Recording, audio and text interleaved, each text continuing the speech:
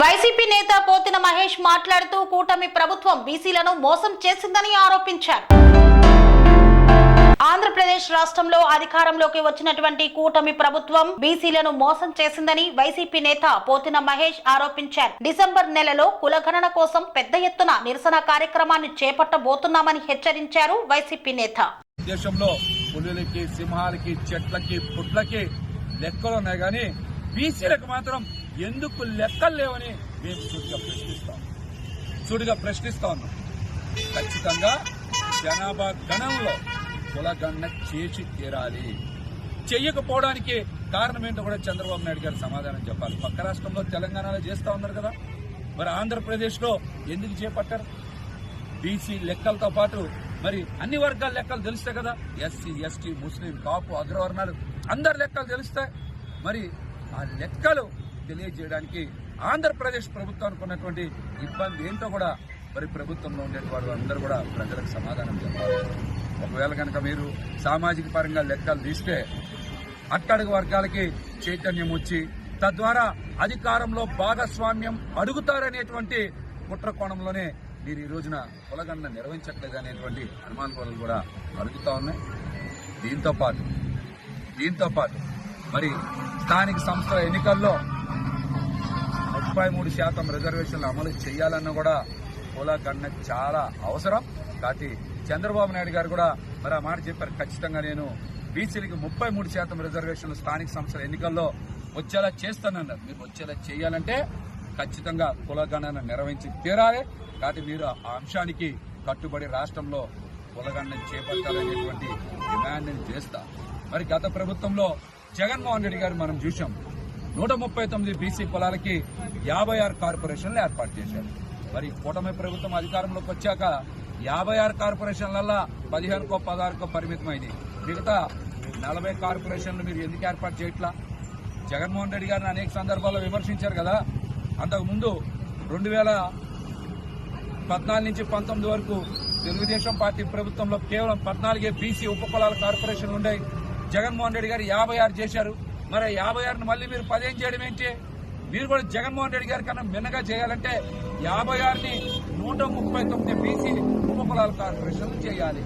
అవి కూడా చేయకుండా ఉన్న 56లో 40 ఎత్తేస్తే ఇది బీసీ ఉపకులాల్ని మోసం చేసినట్టు కాదా? దీనికి కూడా వారు సమాధానం చెప్పాలి. అదేవిధంగా అనేక సందర్భాల్లో చెప్పారు, ఆదరణ పథకం పెడతాం, విదేశీ విద్యా పథకం పెడతాం, హాస్టళ్లకి మెరుగైన వసతులు కల్పిస్తామని. అధికారంలోకి వచ్చి 6 నెలలైంది, ఇంతవరకు ఆదరణ పథకం గురించి మాట్లాడరు, విదేశీ విద్య గురించి మాట్లాడరు, స్టడీ సర్కిల్స్ గురించి ఎందుకు మాట్లాడలేదని కూటమి ప్రభుత్వాన్ని సూటిగా ప్రశ్నిస్తా ఉన్నాం.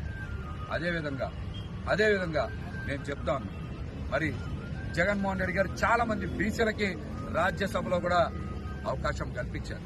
మరియు వారిలో కొంతమంది ఈరోజు రాజీనామా చేశారు, 3. మరి రాజీనామా చేసినటువంటి బీసీ రాజ్యసభ సభ్యుల్ని తిరిగి బీసీలతోనే భర్తీ చేయాలి.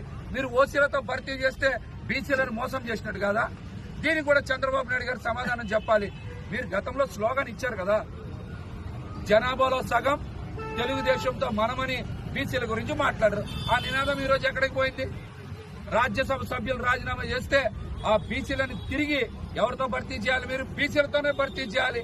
జగన్మోహన్ రెడ్డి గారికి మిన్నగా మీరు బీసీలకి చేశామని నిరూపించుకోవాలంటే జగన్మోహన్ రెడ్డి గారు 4గురికి ఇస్తే మీరు 5గురికి ఇవ్వాలి. ఆయన 20,000 కోట్లు ఇస్తే మీరు 30,000 కోట్లు ఇవ్వాలి. ఆయన 56 కార్పొరేషన్లు పెడితే మీరు 139 కార్పొరేషన్లు పెట్టాలి. కానీ అంతకన్నా తగ్గిస్తే మీరు బీసీల ద్రోహులు అవుతారా అవరా అనేది కూడా ప్రజలకు అర్థమవుతుంది. కాబట్టి ఈ అంశం మీద ఖచ్చితంగా చంద్రబాబు నాయుడు గారు సమాధానం చెప్పాలి. చివరిగా చంద్రబాబు నాయుడు గారు సామాజిక మోసం కూడా చేశారు.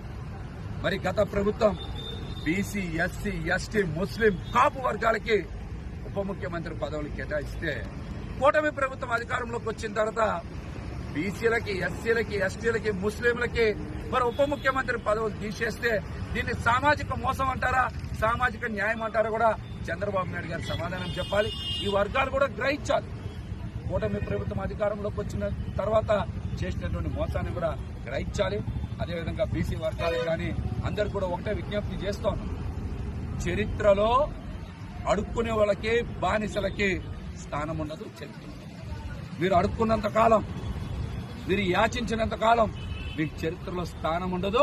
ఖచ్చితంగా కుల గణన నిర్వహించాలనేటువంటి డిమాండ్ రాష్ట్ర వ్యాప్తంగా అందరూ కూడా చెయ్యాలి. దాని గురించి కూడా మేము ప్రణాళిక వేస్తూ ఉన్నాం.